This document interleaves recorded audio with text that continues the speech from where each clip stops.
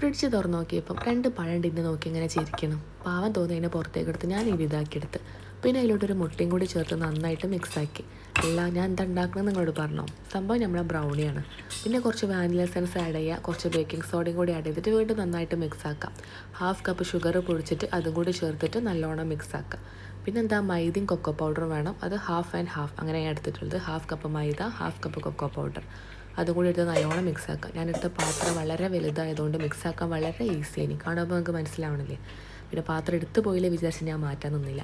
Last കുറച്ച് ഓയിലും കൂടി ഒഴിച്ച് കൊടുക്കുക. ബട്ടറാണ് വേണ്ടത്, പക്ഷേ ബട്ടർ തീർന്നു പോയാച്ച്. അപ്പോൾ ഓയിലെടുത്ത് പിന്നെ ഇതൊന്ന് ബേക്ക് ചെയ്തെടുക്കണം. ഒരു 30-35 മിനിറ്റിൽ ലോ ഫ്ലെയിമിൽ കുക്ക് ചെയ്താൽ സംഭവം റെഡിയായി.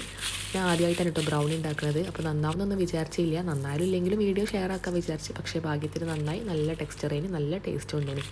അപ്പോൾ ഇതുപോലെ പഴം വീട്ടിലുള്ളവരൊക്കെ ട്രൈ ചെയ്തിട്ട് ഫീഡ്ബാക്ക് അറിയിക്കാം കേട്ടോ. അപ്പോൾ ഓക്കേടാ.